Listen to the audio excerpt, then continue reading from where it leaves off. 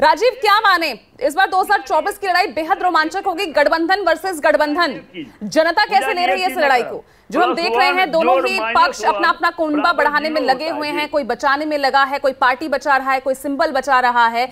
किस तरह से जनता देख रही है इन तमाम चीजों को?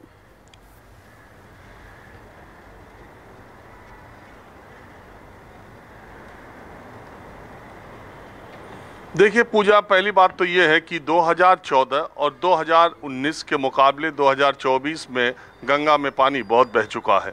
प्रधानमंत्री नरेंद्र मोदी के कार्यकाल के 10 साल हो चुके हैं और अब वो बात जो पहले कार्यकाल के बाद कही जाती थी कि कम से कम प्रधानमंत्री को एक मौका और देना चाहिए। दूसरी बात, जो 3 राज्यों में एनडीए ने 2019 में बहुत अच्छा प्रदर्शन किया था, उसमें महाराष्ट्र भी है। यहाँ पर जहाँ तक मुझे याद आता है कि 48 सीटों में 41 सीटें 2019 में एनडीए ने जीती थी। बिहार में 39 सीटें जीती थी, 26 में 25 कर्नाटक में उनके पास सांसद इस वक्त है। तो आप समझिए 90% से ज़्यादा सीटें इन राज्यों में मिली थी और इन राज्यों में विपक्षी एकता या सियासी घटनाक्रम के बाद भारतीय जनता पार्टी को नुकसान होना 2024 में तय है। मैं हमेशा कहता हूँ वो 1 सीट का हो, 2 का हो, 5 का हो, ये मैं नहीं कह सकता, लेकिन नुकसान होना तय है। देखिए, शरद पवार ने अपने करीबी नेताओं से ये बात कही है बैठक में कि अब ये कितने विधायक इधर जाते हैं उधर जाते हैं, कौन मंत्री बनता नहीं बनता, अब ये ज़्यादा मैटर करता नहीं। उन्होंने ये कहा कि महाराष्ट्र के विधानसभा चुनाव जल्द भी हो सकते हैं और अब चुनाव में जाने का वक्त है, क्योंकि अब मुश्किल से 12 महीने लोकसभा चुनाव में कम बचे हैं। इसीलिए उन्होंने जितने उनके बागी नेता हैं उनके क्षेत्र में, जैसा विनोद ने बताया, वहाँ पर जाने का फैसला किया। विदर्भ जो कि महाराष्ट्र की सियासत में शिवसेना का सबसे कमज़ोर इलाका माना जाता है, वहाँ से उद्धव ठाकरे अपनी शुरुआत कर रहे हैं। वहाँ के जितने विधायक शिवसेना के थे वो सब शिंदे गुट में चले गए।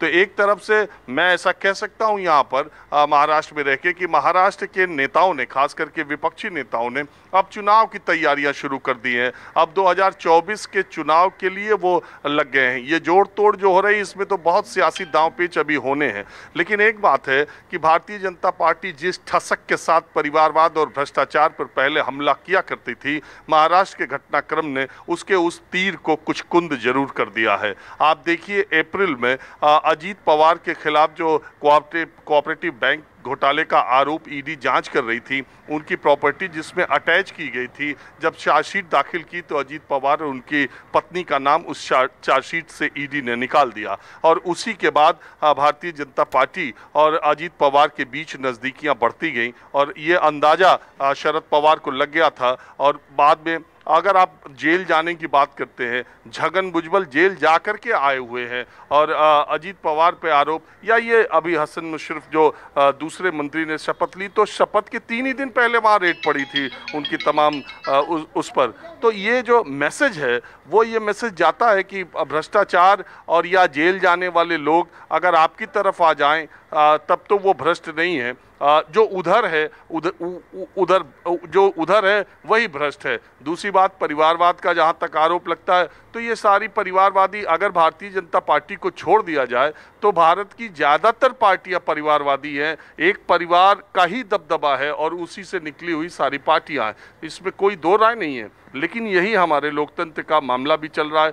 भारतीय जनता पार्टी और आम आदमी पार्टी को भी आप कह सकते हैं नई नई पार्टी है। तो ये बहुत ज़्यादा ये आरोप चलेंगे नहीं चलेंगे ये कहना मुश्किल है, लेकिन मैं जो देख पा रहा हूँ कि 2019 के मुकाबले महाराष्ट्र में भारतीय जनता पार्टी का मामला जो है 2024 में उतना मजबूत मुझे दिखाई नहीं दे रहा। ठीक है राजीव। मनोज यादव, उतना मजबूत 2019 वाली स्थिति नहीं है भाई 2024 में बीजेपी की। जी देखिए पूजा जी, जिस तरह से आपके राजनीतिक विश्लेषक जी ने जिस तरह से बताया, राजीव जी ने, और बहुत अच्छा विश्लेषण करते हैं, लेकिन मैं इनसे पूछना चाहता हूं, जरा बताइए, कर्नाटक में जब जेडीएस और कांग्रेस साथ में मिलकर लड़े तो क्या असर हुआ? और पिछली बार 2019 के अंदर इनसे पूछ लीजिएगा जरा, आईएनसी कांग्रेस पार्टी और एनसीपी साथ मिलकर के लड़े थे तो क्या हश्र हुआ था? वहीं आरजेडी और कांग्रेस पार्टी बिहार के अंदर लड़ी थी तो क्या हश्र हुआ? यहां पर आप उत्तर प्रदेश में देखिए, सपा और बसपा साथ मिलकर लड़े थे, बुआ बबुआ, तो क्या हश्र हुआ? 5-5 सीटें आई और किस तरह से आरजेडी को तो सीटें नहीं मिली बिहार के अंदर।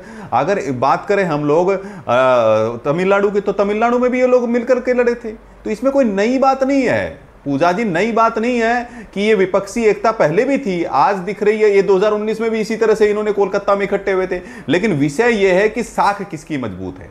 साख अगर मजबूत है तो माननीय नरेंद्र मोदी जी के मजबूत है। अगर विकास पुरुष के रूप में उनकी साख है तो नरेंद्र मोदी जी की साख है। अगर संविधान को, लोकतांत्रिक मूल्यों को, भारत के गर्व को अगर बढ़ाने वाले हैं, अगर भारत का नाम रोशन करने वाले हैं, भारत को गौरवान्वित करने वाले